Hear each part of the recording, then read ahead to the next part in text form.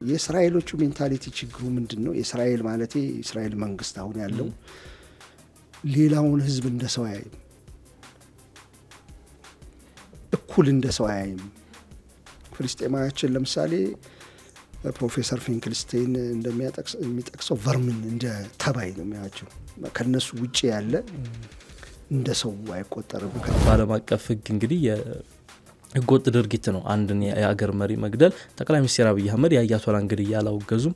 ነገር ግን ደግሞ ኢራን የፈጸመቻቸውን ጥቃቶች አውግዘዋል። ማዱሮ ሲወሰድ እኔ እናንተ እዚህ ጋር ወርተናል ከቤተ መንግስቱ ነገበኔ ያስፈልጋል። ናታንያሁ በተለይ ሲፈልጉት የነበረው ነገር ስለተሳካ በጣም ደስተኛ ናቸው። ሺአና ሱኒ ቢሆኑ ሙስሊሞቹ የሚገዳደሉት ሙስሊም ስለሆነ ችግር የለባቸውም። እንደውም ቢያልቁላቸው ችግር የለባቸውም። ለምሳሌ ትራምፕ ሲናገሩ ዋናዎቹን ጨርሰው ሁለተኛዎችን ለማናገር ነበር ገለን ያሰብነው አለ። ሁለተኛም ሶስተኛም አብረን የገደልነው አለ። ተተኪ ተብለው ያው በኩራት ነው የሚያወሩት። ግን ምን ያህል ሳይታሰብ በግፊት እንደገቡበት። ኢራን እንደ ኢትዮጵያ አይነት እድሜ ያላት ነች። ወደ 3200 ረጅም ጊዜ ቆየ አገረ መንግስት ነው፣ በብዙ የተፈተነ ማለት ነው።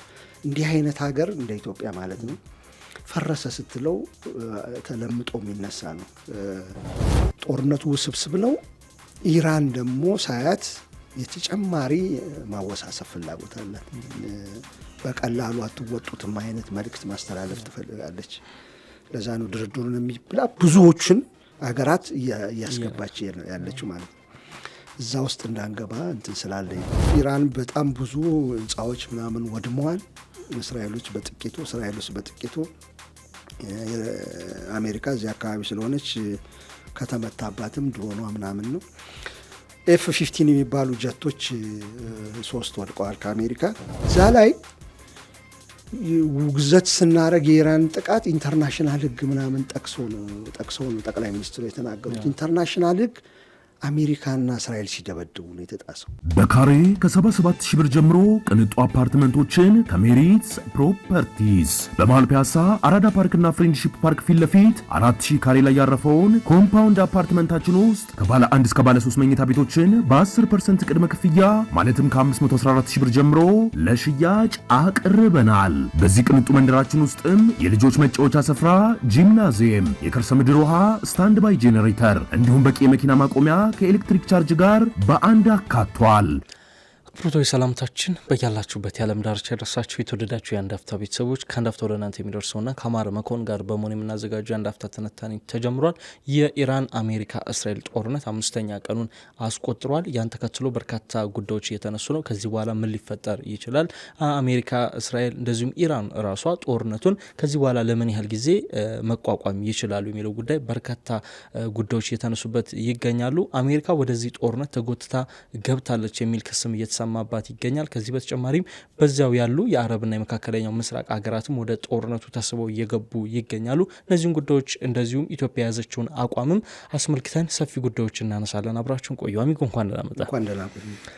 ባለፈው ፕሮግራማችንን ስንሰራ ይሄ ጦርነት ለምን ሊከፈት ቻለ በዚህን ሰዓት፣ እንደዚህም ደግሞ አሜሪካ ምንድነው ከዚህ ጦርነት ልታገኝና ልታተርፍ የምትችለው ተጎትታ ነው ወይ የገባችው የሚለውን ነገር ካለፉት ታሪኮች የአሜሪካ መሪዎች ከወሰዳቸው እርምጃዎች አንጻር እነሱንም እንዳሰን በስፋት ተወያይተንበት ነበር። 5ኛ ቀኑን አስቆጥሯል። በእነዚህ ጊዜያት በርከት ያሉ ጉዳዮች ናቸው እየተከሰቱ ያሉት።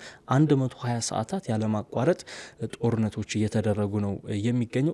ኢራንም በቀጠናው የሚገኙ የአሜሪካ የጦር ቤዞች ላይ ያነጣጠረ ጥቃቶችን እየፈጸመች ትገኛለች። በዚህም ከፍ ያለ ኪሳራ እየደረሰ ነው። መረጃዎች እንደሚያመላክቱት አሜሪካ በአንድ ቀን ብቻ ኢራንን ለመደብደብ ከ758 ሚሊዮን ዶላር በላይ ወጪ እያደረገች ትገኛለች። ይሄ ለአሜሪካ እጅግ ኪሳራ ነው። እስከ መቼስ ጦርነቱ ልትቀጥል ትችላለች የሚል ጉዳይ ነው የሚነሳው። ኢራን በአንጻሩ ከ60 እስከ 90 ቀን መዋጋት የሚያስችለኝ አቅም አለኝ የሚል ጉዳይ እየተነሳ ነው የሚገኘው። የአያቶላም ጉድያ እዚህ ጋር የሚጠቀስ የሚጠቀስ ጉዳይ ነው። ከጦርነቱ ያለፉት 4 ቀኖች ክስተቶች መሀል ኢትዮጵያም በጠቅላይ ሚኒስትር አብይ አህመድ በኩል አነጋጋሪ አቋም ይዛለች። ጠቅላይ ሚኒስትሩ የኢራንን ጥቃትም አውግዘዋል። ይህ ምን ያህል ልክ ነው? በፖለቲካ ቋንቋ ገለልተኛ መሆን አይሻልም ወይ የሚለው እንፈትሻለን። ያለፉትን 4 ቀናት የተፈጸሙ ጥቃቶችና የተከወኑ ክስተቶችን ሌታያቸው ከሱ እነሳ ሚሉ ባለፈው እንዳልነው ጥቃት የጀመሩት አሜሪካና እስራኤል ናቸው። እስራኤል አሜሪካን ጎትታ እንዳስገባቻት ተናግሬ ያለሁ። በኋላ ኒውዮርክ ታይምስም አውጥቶታል። ግን ባያወጣው ግልጽ የሆነ ነገር ነው። ታሪካቸውም የሚያሳየው እሱን ነው። አሜሪካ እስራኤል እንዲፈርሱ በምትፈልጋቸው ሀገራት በሙሉ አስገብታለች። አሜሪካን ብያለሁ። በሁሉም ተዋግታለች። ከኢራቅ እስከ አፍጋኒስታን፣ ከሶማሊያ እስከ የመን፣ ሊቢያ ያልተዋጋችበት ሶሪያ፣ ሁሉም ጋር ኢራን ነበረች የቀረችው። እዛ ውስጥ ጎታ አስገብታለች ብያለሁ። ሙሉ ዝርዝሩን ቅርብ ከነበሩ ሰዎች የኒውዮርክ ታይምስ ዘጋቢዎች አውጥተውታል። እንዴት ገፍቶ ኔታንያሁ ወደ እንትን እንዳስገባቸው ትዝ ይልሃል። አሜሪካ ለጉብኝት የሄደ ጊዜ ማለት ነው። እየተከታተለ እንዳስገባቸው እዛ ላይ ተመልካቾቻችን ማየት ይችላሉ ዲቴይሉን።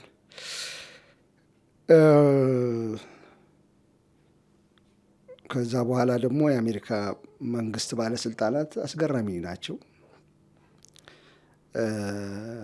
ማርክ ሩቢዮ አስጨነቀቻቸው ጋዜጠኛዋ። ለምንድን ነው አሜሪካ የገባችው ወደ ጦርነት ስትላቸው፣ እስራኤል ኢራንን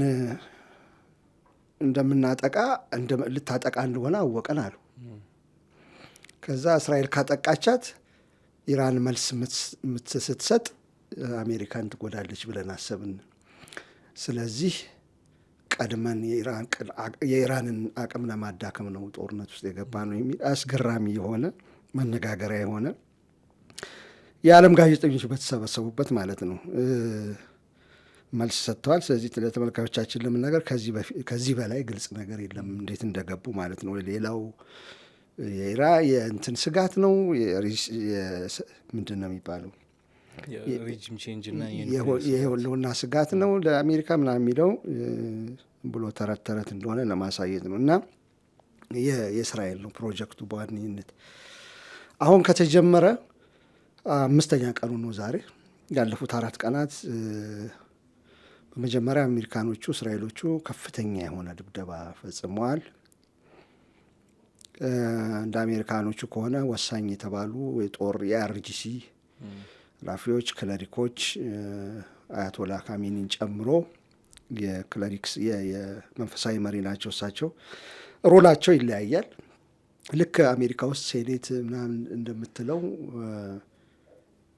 ኮንግረስ ምናምን እንደምትለው እዛም የተከፋፈለ ዲቪዥን አለ እና እንደ ሮል አለ። እንደዛ ነው የሰሩት የኢራን ሲስተም። እዛ ላይ ዋና የሚባሉትን በሙሉ ገለዋል። 48 ሰዎች ገለላል የሚሉት እና አንዳንዱ ያላሰቡትም ነው። ለምሳሌ ትራምፕ ሲናገሩ ዋናዎቹን ጨርሰው ሁለተኛዎችን ለማናገር ነበር ገለን ያሰብነው አለ። ሁለተኛም ሶስተኛም አብረን የገደል ነው አለ። ተተኪ ተብለው ያው በኩራት ነው የሚያወሩት፣ ግን ምን ያህል ሳይታሰብ በግፊት እንደገቡበት ትላንትና አንድ ጄኔራል ሲያወሩ ሰምቻለሁ። የአሜሪካ ገና ዝግጅት ለማጥቃት አስበዋል፣ ግን ዝግጅት ላይ ያለ ነው ሙቱ የተባሉት። ያው እስራኤል ስትገባበት ቶሎ ብለው እንደገቡበት ነው። በዚህ ምክንያት የመጀመሪያዎቹን ሃርድ ላይነር አልደራደርም የሚሉትን ምናምን በእነሱ ቋንቋ የውሸት ቢሆንም ከላይ ያሉትን አስወግደን ከታች ያሉትን እናወራለን ብለው አስበው ነበር፣ ግን አብረው ነው የጨረሷቸው ሁሉ። ስለዚህ የመጀመሪያዎቹ ቀናት እዛ ዋና የኢራን መሪዎችን የሃይማኖትም የወታደራዊ መሪዎችም የፖለቲካ መሪዎችንም በመግደል ተጀምሯል። ብዙ ኢንፍራስትራክቸሮች ተመተዋል። ቀጥሎ ባሉት ቀናትም እንደዚሁ ሚና ተከፋፍለው ነው የሚመቱት። እስራኤል በምዕራብ በኩል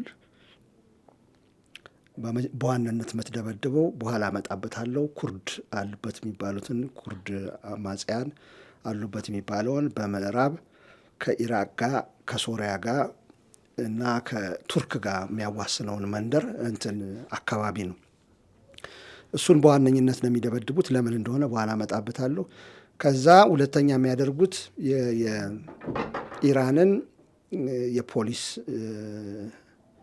ኃይላት ኦፊሳቸውን ጨምሮ ፐርሶኔላቸውን የኢንተለጀንሱን የስለላና የደህንነት መዋቅር ኦፊሱንም ጨምሮ ሰዎቹንም ምንድን ነው ሎ ኢንፎርስመንት የሚባሉ ኃይሎች የሉም አገር ውስጥ እንዲጠፉ የስቴት ስትራክቸሩ እንዲናጋ ነው ቀጥሎ ድብደባ እያደረጉ ያሉት። አሜሪካኖች በዋነኝነት በደቡብ ያለውን ክፍል ነው የሚደበድቡት። በደቡብ ያለው ክፍል ድሮን ማምረቻዎች ያሉበት፣ ሚሳይል መተኮሻዎች ያሉበት ምናምን ነው። ስለዚህ ሚና ተከፋፍለው ነው እየመጡ ያሉት። ኢራን በበኩሏ መልስ ሰጥታለች። መልሱ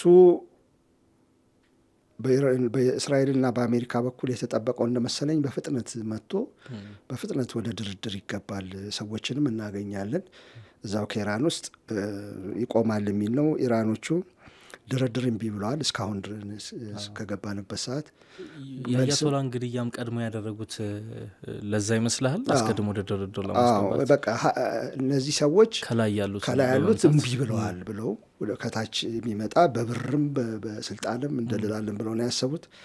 ያልሆነም አንድ ድሮ እኔ እናንተ ድሮ እንኳን አይደለም ዛሬ የሆነ ጊዜ ስናወራ ምን ብዬ ነበር?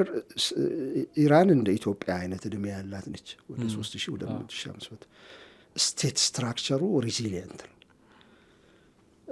ሜድቬዴቭ ጽፈውት ሳይ ገርሞኝ ነበር። እዚህ ጋር አውርተነዋል። ረጅም ጊዜ የቆየ አገረ መንግስት ነው፣ በብዙ የተፈተነ ማለት ነው።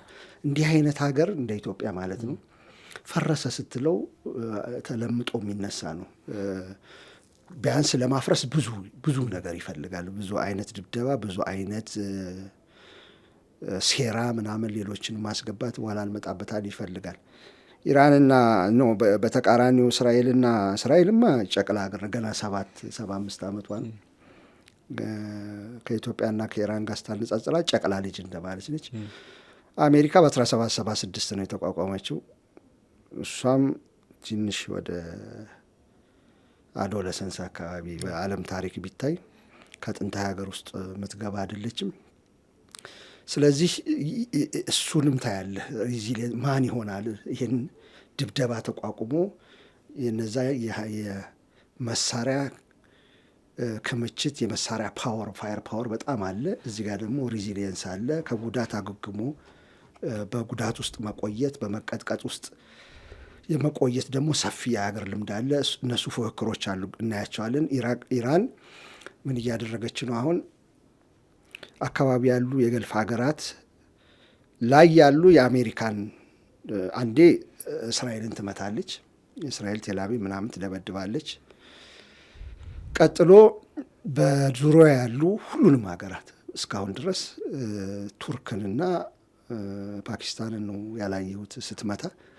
ዙሪያ ያሉትን ባህሬንን በከፋ ሁኔታ ዋና ራዳር ያለበት ቦታ ስለሆነ የአሜሪካ ሳውዲ አረቢያን የሲአይኤ ኦፊሶች ምናምን እና ኤምባሲዎችን ኳታር 1.5 ነው ምናምን ቢሊዮን ዶላር የሚገመት ልክ ቦሊስቲክ ሚሳይል ሲተኮስ ቃኝቶ ወደ ኢንተርሴፕተሮች የሚልክ 1.5 ቢሊዮን የእስራኤል ፎርስ እንትን አለ፣ ራዳር እንትን ሲስተም አለ። እሱንም አጥቅታለች። ኦይል ኢንፍራስትራክቸሮችን አጥቅታለች። የማጣሪያዎችንም ማውጫዎችንም አካባቢ መታለች። መርከቦችን መታለች እና አካባቢ ያሉትን ሀገራት ምንድን ነው ያደረጉት መሰለህ? ኢራንና አሜሪካኖቹ ከማጥቃታቸው በፊት ፐርሶኔላቸውን ቤዞቹን እዛ ያሉትን ቤዞች የአሜሪካን መታለች ባለፈው እንደገመት ነው ከቤዞቹ ሰዎችን አውጥተው ነበር ስትመታ። ግን የሚያስደንቀው ነገር ከቤዞቹ ካወጧቸው በኋላ ሆቴል ውስጥ ነው ያረጓቸው ያስቀመጧቸውና የኢራን አንዳንዴ የስለላ ሲስተም እንዴት አይነኛ እንደሆነ የምታውቀው በዚህ ነው። እና የሚያጠቋቸው ሆቴሎች እነዚህ የእስራኤል እና የአሜሪካ ኤጀንቶች የተጠለሉባቸው ነው። ሂውማን ሺልድ እንደምትለው ማለት ነው። እስራኤል ፓለስቲናውያን እንደምትከሰው ሐማስን አንመታም ብለው ከቤዝ ለቀው እዛ ሆቴል ውስጥ ምናምን የገቡትን አንዳንዶቹ ኤምባሲ እዛው ኤምባሲ ውስጥ ያለ እንደ ሳውዲ አይነት፣ አንዳንዶቹ ሆቴል ውስጥ ገብተዋል። አንዳንዱን አስፈራርታለች።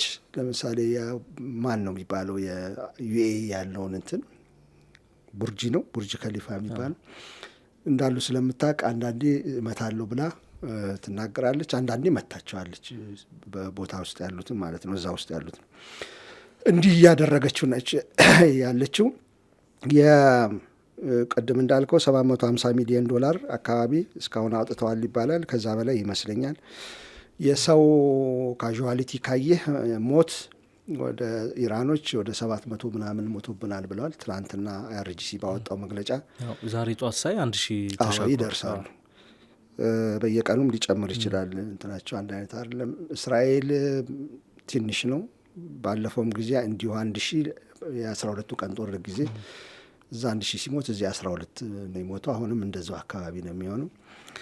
የአሜሪካ 3 ሞተብን ብለው 3 ሰርቪስሜን አላምነው ቁጥሩን ግን እንትን ስለሚመስላቸው ነው ይሸፍናሉ። አንዳንድ ጊዜ በኋላ ሊገልጹት ይችላሉ። እና አንደኛ እኛንም እናህል የምታህል እንዴት ሰው ይሞትብናል ይሄንም ያህል ሱፐር ፓወር ሆነን የሚል አላቸው። ሁለተኛ ከህዝብ ቁጣ ይመጣል።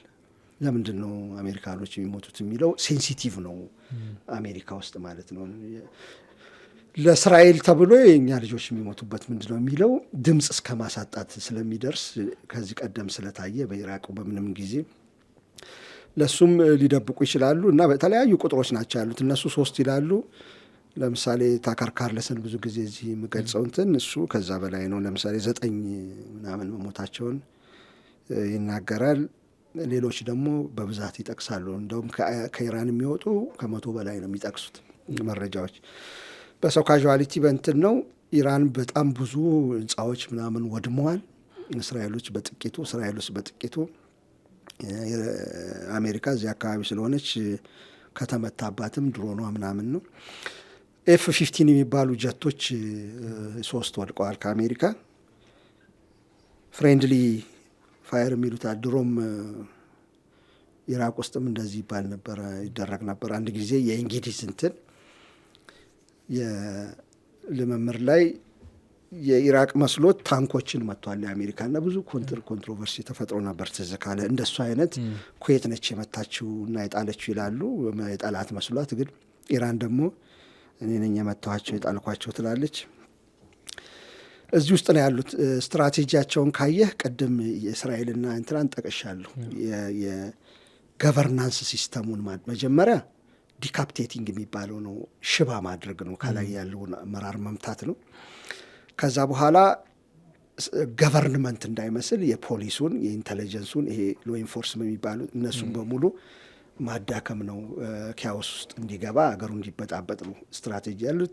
አሜሪካ ፋየር ፓወሩን የኢራንን ድሮኑን ሚሳይል ተኳሾችን ማዳከም ነው እና የኒኩሌር ጣቢያዎችን አንድ ምናምን መምታት ነው።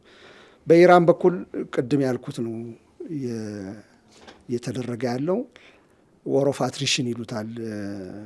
በሚያስገርም ሁኔታ ምን አይነት ሲስተም ነው የሚጠቀሙት? እንትኑ ከተመታ በኋላ ዋናው እዝ ሞዛይክ ዋርፌር ይባላል። ሞዛይክ ዋርፌር ማለት ዩኒቶቹ ወታደሮቹ ከላይ ሳይመጣ ከካሚኒ ወይም ከአይአርጂሲ ሳይመጣ በራሳቸው መወሰን እንዲችሉ ተደርገው ነው የተሰሩት እንዲህ አይነት ዲዛስተር ሲመጣ። ስለዚህ ከያሉበት ቦታ ወስነው ማጥቃት ይችላሉ። አንድ እሱን ይጠቀማሉ። 2 ራዳሮችን ይመታሉ አሉ የተባሉ በሚድል ኢስት ከድሮ ጀምሮ በአፍጋኒስታኑ በኢራቁም ጦርነት ጊዜ የአሜሪካ አይን በሚድል ውስጥ ያሉበት ቦታዎች በሙሉ መጀመሪያ ይመታሉ። ራዳሩን ከመቱ በኋላ ቺፕ የሚሏቸውን ድሮኖች ይልካሉ። የድሮ ወይም ያረጁ የሚባሉ የቆዩ ድሮኖችን ይልካሉ። ይሄ ምንድነው? ኢንተርሴፕተሮችን ማዳከም ይባላል። እስራኤልም ትተኩሳለች ያንን እንትን ለማለት፣ ኩዌትም ትተኩሳለች፣ እንትን ዩኤም ትተኩሳለች፣ ሳውዲም ትተኩሳለች ያንን ለማክሸፍ። ስለዚህ እንትናቸው እየቀነሰ እንዲሄድ ማለት ነው፣ የመከላከል አቅማቸው ኢንተርሴፕተሮቻቸው እየቀነሱ እንዲሄዱ ታደርጋለች። እና ዋና የተባለ ቦታ ግን ስታገኝ ቅድም እንዳልኩት $1.1 ቢሊዮን እንትኑ ራዳሩ ወይም ደግሞ ኢነርጂ ፋሲሊቲ ወሳኝ የሚባሉ ታርጌት ሲመጡ ወይ ሃይፐርሶኒክ ወይ ቦሊስቲክ ሚሳይል ትልካለች።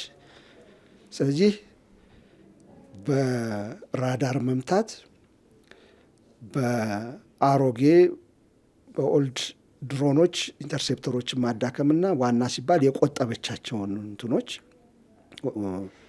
እነዚህ አድቫንስድ ዌፐን ሲስተም የሚባሉትን እነሱን ተጠቅሞ ምን ማድረግ ነው? ወሳኝ የሚባሉ ኢንፍራስትራክቸሮችን የጦር ካምፕም አሁን ቅድም እንዳልከው ጠዋት የተመታው የጦር ካምፖችን፣ የራዳር ሲስተሞችን የራዳር ሲስተሞችን እና የኢነርጂ ፋሲሊቲዎችን ትመታለች። የኢነርጂ ፋሲሊቲዎች የምትመታበት ምክንያት የነዳጅ ዋጋ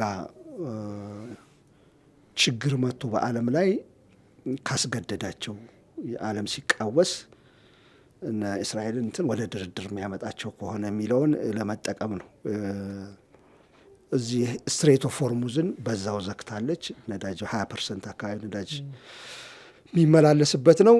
አሜሪካ ትናንትና በዛ በኩል የሚያልፉትን አጅቤ እኔ መውሰድ ይችላለሁ የሚል ጥሪ ያሰምታለች። ያም የኢራን ምንድነው ሌቨሬጅ ይሰጣታሉ። ነዳጅ እንደዚህ ወደ 85 ታይቶ ከ2024 ምኖር ላይ እንደሆነ እዛ አይደለም። ከዛ በኋላ 85 ፐር ባረል ደርሶ አያውቅም።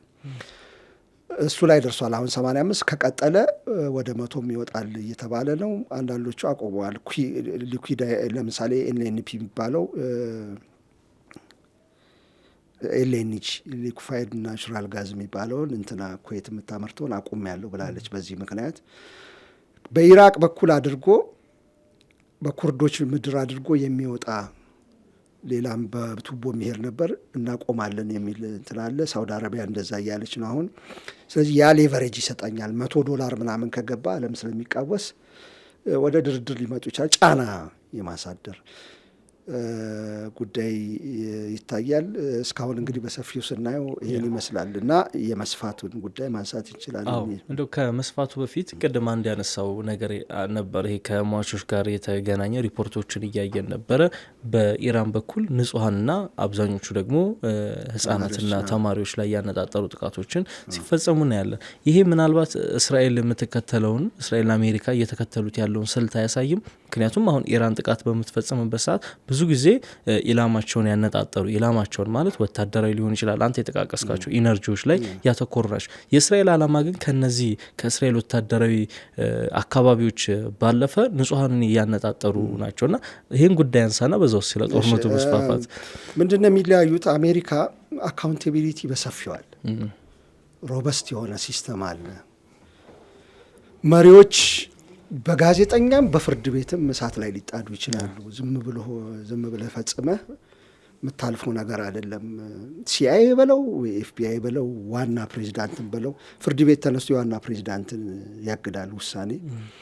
ከዛ ስክሩቲና ከዛ ኢንቨስቲጌቲቭ ጆርናሊዝሙ ከፍተኛ ችግር እንዳለበት ይታወቀኛል። የሚያደሉበት እንትን አለ ሳይድ ግን ያንን እሳት ላይ ለመጣድ ከፈለጉ በደንብ ይሰራሉ።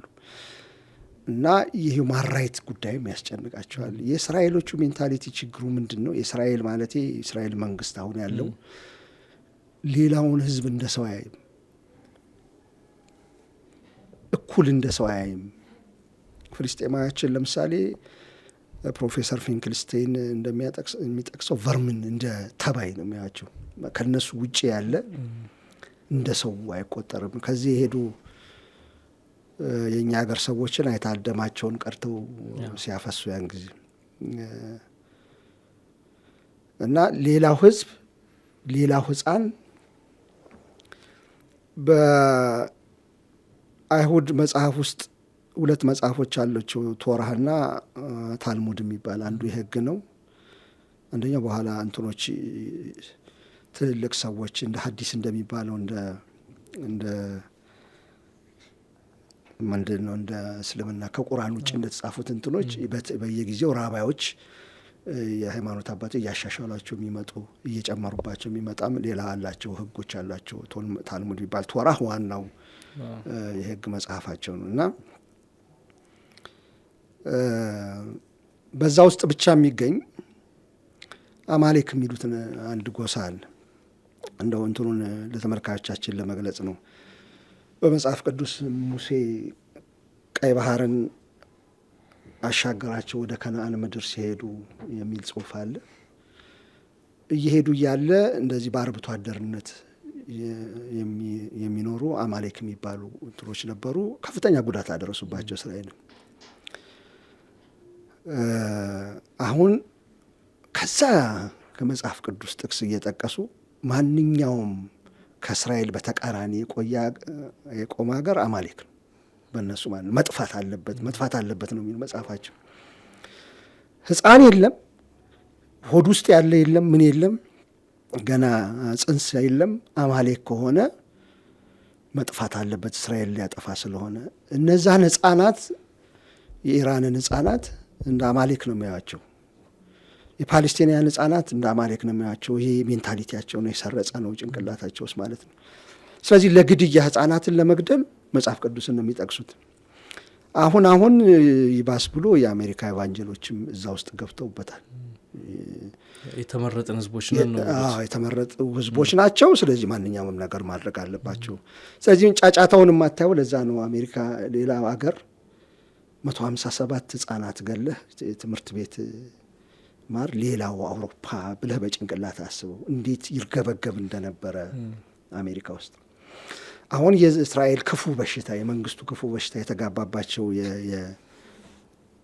እና አካባቢ የእስራኤል አምባሳደር የአሜሪካ አምባሳደር እና ኢቫንጀሊካል ሰባኪዎች በሙሉ እነዛን ህዝቦች እንደ ሰው አይቆጥሯቸው።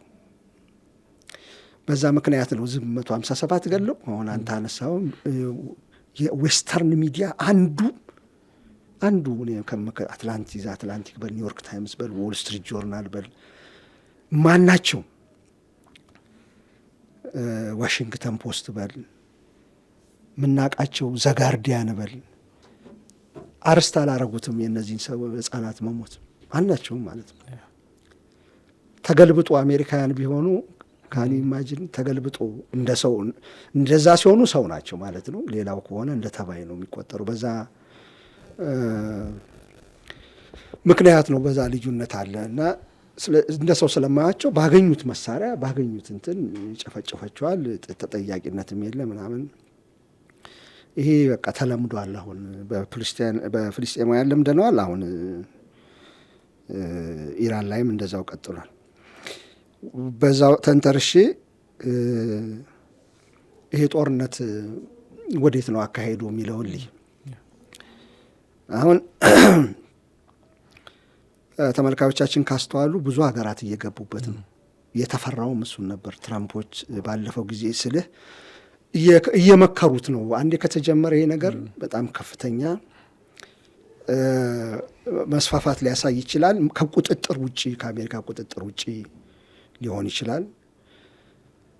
በተቃራኒው እስራኤሎች ግን በጣም የእስራኤል መንግስት ናታንያሁ በተለይ ሲፈልጉት የነበረውን ነገር ስለተሳካ በጣም ደስተኛ ናቸው።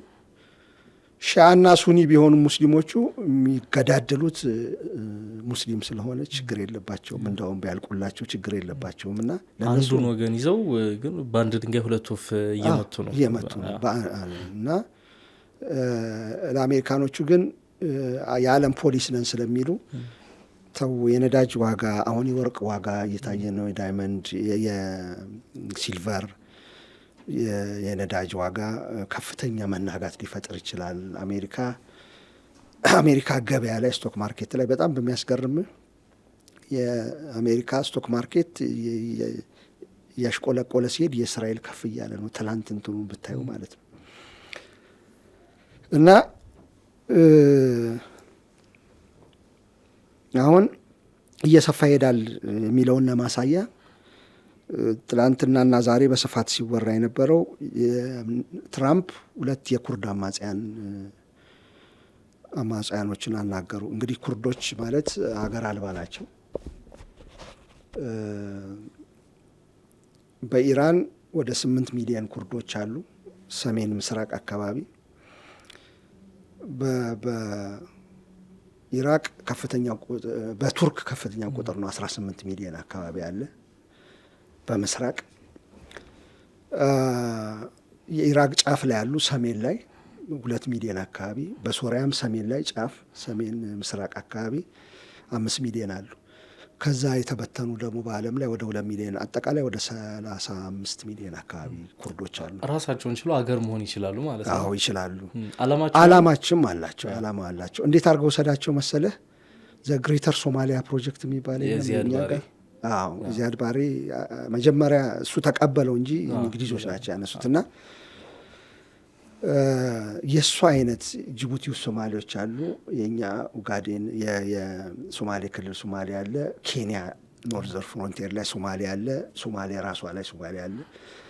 5ቱን አቀላቅሎ አፋር ሶማሌዎች ያሉበትን አቀላቅሎ አንድ ሀገር የማድረግ ፕሮጀክት አለ። ልክ እንደሱ ወሰደው የኩርዶችን ኩርዲስታን የሚባል ሀገር ለመፍጠር እነዚህን የኩርድ ህዝቦች ቀላቅለዋል። እና አንደኛው ትራምፕ ያናገሩበት ምክንያት እግረኛ ጦር በኩርድ አማጽያን ኬኬኬ የሚባል ከልጅነታችን ጀምሮ የኩርድ አማጽያን እያን ኢራቅ ውስጥ ስናወራ ይኖረናል። ቱርክ ውስጥ፣ ኢራቅ ውስጥ አሁን ደግሞ አይኬጂኤ ነው ምናምን የሚባል የሱ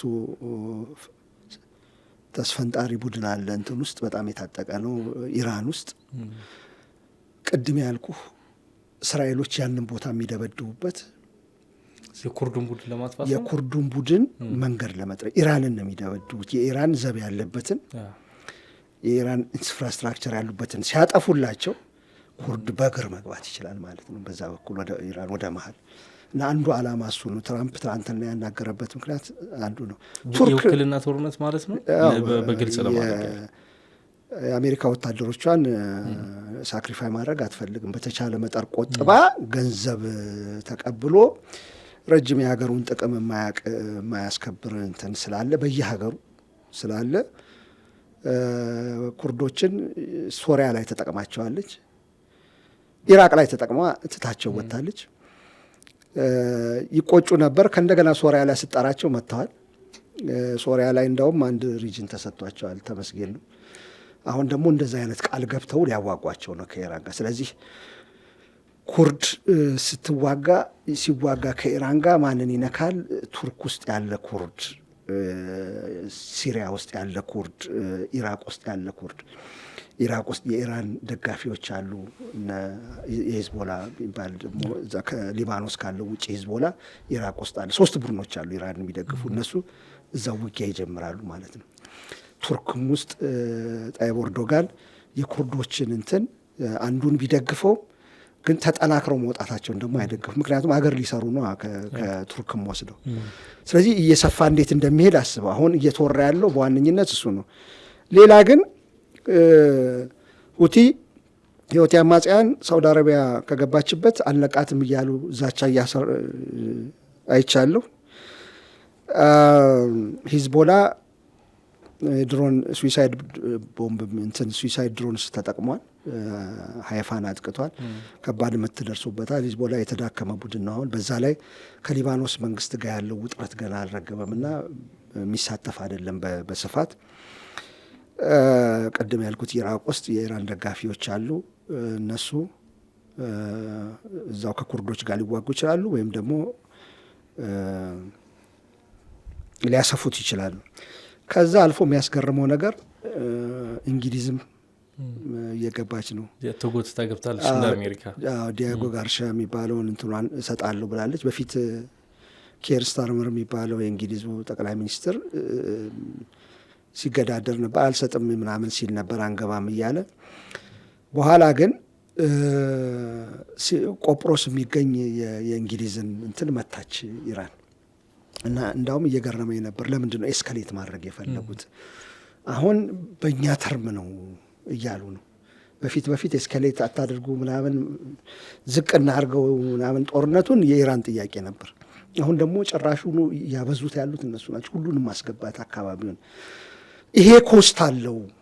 እስከ ዛሬ ስንነግራቸው የነበረው ይሄ ኮስት ነው ያለው የሚለውን ለማስተላለፍ ስለፈለጉ፣ ስለዚህ እንግሊዝ ዲያጎ ጋርሻ ትጠቀምበት አሜሪካ ለመደብደብ ብለዋል። ስፔን ግን በተቃራኒው ደግሞ እምቢ ብላለች። ሳውዲ አረቢያ መልሼ ተኩሳለሁ ካሁን በኋላ ሉዓላዊነቴን አስከብራለሁ ብላለች። ሳውዲ አረቢያ የምትገባ ከሆነ ፓኪስታን ተጎትታ ትገባለች። ዲፌንስ ፓክት አላቸው፣ ስምምነት አላቸው። ፓኪስታን ደግሞ ሺያ ነች፣ እንደ እንትን ነው መሪው ሺያ ናቸው። ኢራንን ማጥቃት አይፈልጉም፣ ግን ተጎትተው ሊገቡ ይችላሉ በሳውዲ አረቢያ ምክንያት። ዩኤኢ እስካሁን በጣም ብዙ እንትኖችን አክሽፍ ያለሁ ብላለች። አንዳንድ ነገሮቿ ተመተዋል።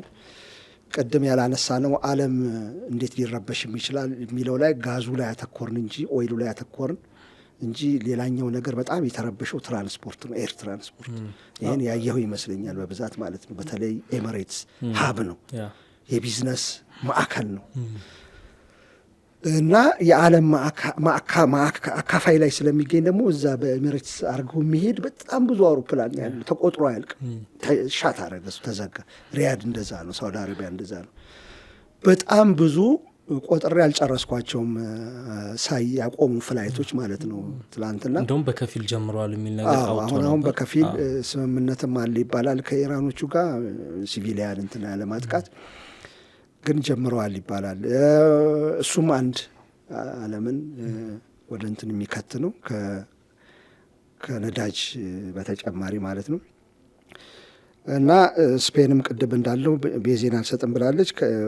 አቋርጣለሁ ብሏል። ጠዋት ነው መሰለኝ ያለው እንትና ትራምፕ ከስፔን ጋር ያለንን እንትን እናቋርጣለን ብለዋል። እና እንደዚህ እየሰፋ የመጣ ነው። እዚህ ላይ ነው እንግዲህ ከዛ ተመልካቾቻችን ከመጨረሳችን በፊት ቅድም መጀመሪያ ያነሳሁትን አሁን ፔንታጎን $50 ቢሊዮን አስፈቅዳለሁ እያለ ነው። ተጨማሪ ምንድነው ሰዎች እያሉ ያሉት? ኢራቅ ከ12ቱ ኢራቅ ላለው ደጋግም ከኢራን 12ቱ ጦርነት ተምራ ከፍተኛ ክምችት አዘጋጅታለች። በዛ ላይ ስልቷ አሮጌውን ተጠቅሞ ዋና ሲገኝ ነው ትልልቅ መሳሪያዎች ተኩሰው እና ለረጅም ጊዜ ልትሄድ ይችላል። አሜሪካና እስራኤል ግን ይህን አላሰቡትም ነበረ። ሲነጫነጭ ሳይሆን ትራምፕ ባይደን እኮ ነው አለ ለዩክሬን ሰጥቶ ናይጄሪያ ላይ ተጠቅሞ ነው ምናምን ምንድን ነው ሌላም ሀገር ጠርቷል።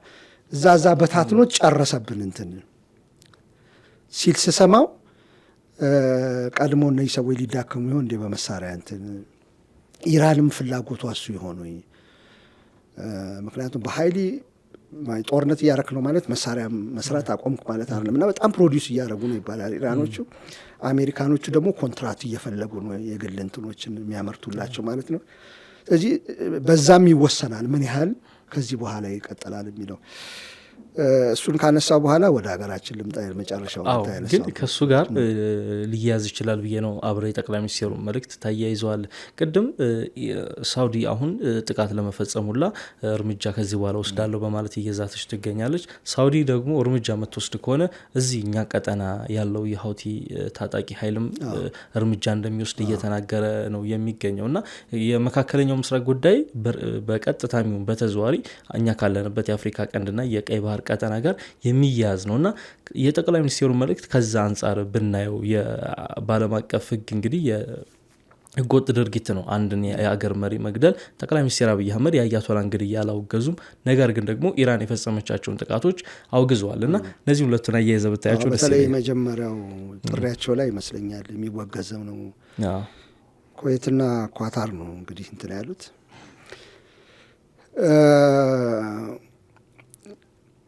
ፌስቡክ ላይ ለጥፌ ነበር የኢራን ሬንጅ ሚሳኤል ሬንጆች የት ድረስ ይደርሳሉ የሚለው። ኢራን አሁን ኢትዮጵያን ታጠቃለች ብዬ አይደለም እንደዛ በአሁኑ ሰዓት ያሰብኩት፣ ግን ጥንቃቄ እንደሚያስፈልግ እዚህ ሜስ ውስጥ መነከር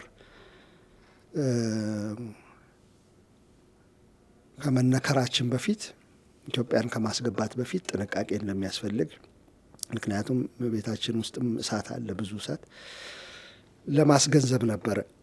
እዚህ ኢትዮጵያ ድረስ የሚደርስ ነው የኢራን እንትን 2500 ኪሎ ሜትሩ እዚያ ሆነን እናንተ ያለበትም ሊደርስ ይችላል በማፕ ላይ ሳየው።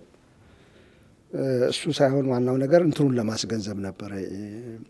ይሄ በጣም ውስብስብ ነው፣ ጦርነቱ ውስብስብ ነው። ኢራን ደግሞ ሳያት የተጨማሪ ማወሳሰብ ፍላጎት አላት። በቀላሉ አትወጡትም አይነት መልእክት ማስተላለፍ ትፈልጋለች። ለዛ ነው ድርድሩን የሚብላ ብዙዎችን አገራት እያስገባች ያለችው ማለት ነው። እዛ ውስጥ እንዳንገባ እንትን ስላለኝ ነው። ማዱሮ ሲወሰድ እኔ እናንተ እዚህ ጋር አውርተናል ከቤተ መንግስቱ። ነገ በእኔ ያስፈልጋል ሄድ ኦፍ ስቴት። ቅድም አንተ እንዳልከው በኢንተርናሽናል ሕግ እንደ ሲቪሊያን የሚቆጠረው እንትን ሆኖ እንኳን ሚሊተሪ ሆኖ ሄድ ኦፍ ስቴት ዝም ብሎ አይገደልም።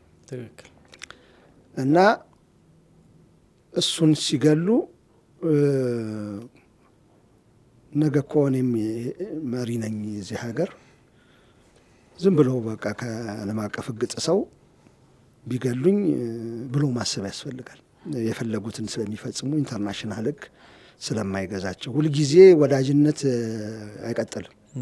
ሕጉን መልቀቅ የለብህም። ሰራም አልሰራም ግን እንትንህ እሱ ነው፣ ጋረንቲ እሱ ነው። እነሱ ናቸው እየጣሱት ያሉት። አንተ እስካልጣስከው ድረስ አንድ ቀን ምናልባት በዓለም ሕግ የሚተዳደር ዓለም ሊኖረን ይችላል እና ያን ጊዜ ታሸንፍ ትችላለና ለዩኤኢ ይደውላሉ ብዬ ነበር ያሰብኩት የኛ ጠቅላይ ሚኒስትር። ብዙዎቹ ተገርመዋል። ለኳታርና እንትን የደወሉት ለዩኤኢ ይደውላሉ ብዬ ያሰብኩት አሰላለፋቸው ደጋግመን ስላወራን ነው። ኢትዮጵያ መንግስት አሁን አሰላለፉ ከእስራኤል ከዩኤኢ እዚህ የአፍሪካ ቀንድ ባለው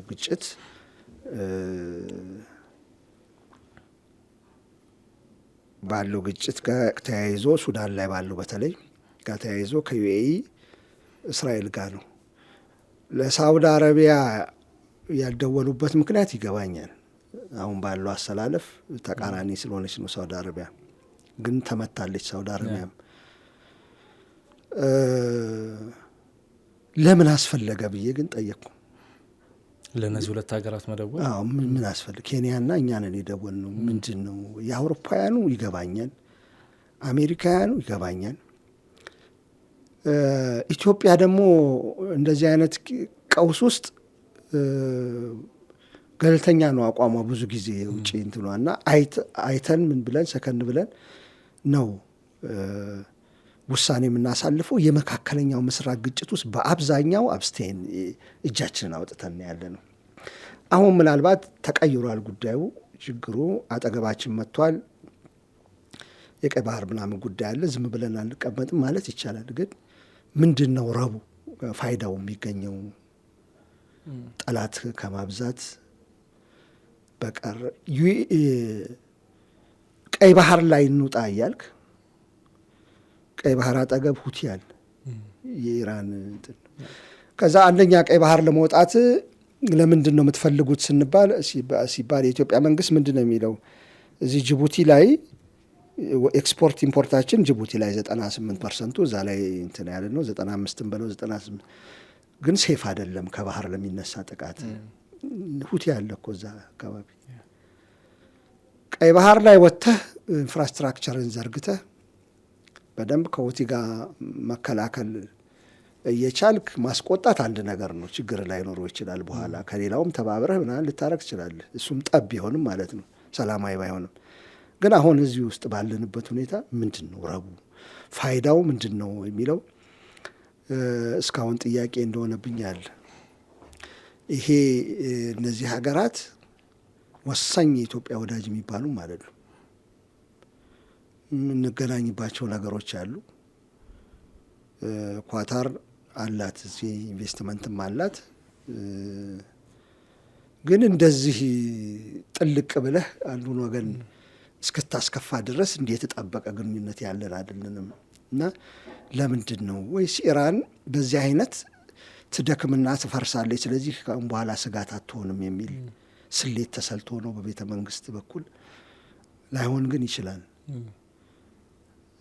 ነገ ከነገ ወዲያ ድርድር ተደርጎ ይሄ ነገር ሊቆም ይችላል እና ለምንድን ነው ጠላትን ማብዛት ያስፈለገው ጉዳይ የሚለው ነገር እስካሁን ግራ እንደገባኝ ነው። ዝም ማለት ምን ችግር አለው? ነገር ይወስድ በርካታ ሀገራት ዝም እንዳሉት እስኪ ላይ መጠበቅ ምንም ችግር አልነበረውም። ማንም ለምን አልደወልክልኝም ያን ጊዜ ብሎ የሚጠይቅ ይሄ የለም። ብዙ ስትራቴጂክ ካልኩሌሽኖች ስለሚካሄዱ ማለት ነው። እና ከዛ አንጻር ነው ባስበው ሊገባኝ ያልቻለው። የመጀመሪያ ኩዌት ነው ኳታር ነው የተደወለው። ኩዌት ከዛ ኳታር ከዛ ኩዌት። እሱ እየደነቀኝ እያለ ነው ሁለተኛውን ደግሞ ያየሁትና ለምንድን ነው ያስፈለገው ብዬ ባስበው ሊገባኝ አልቻለም። ምን ለማግኘት ነው የሚለው ማለት ነው።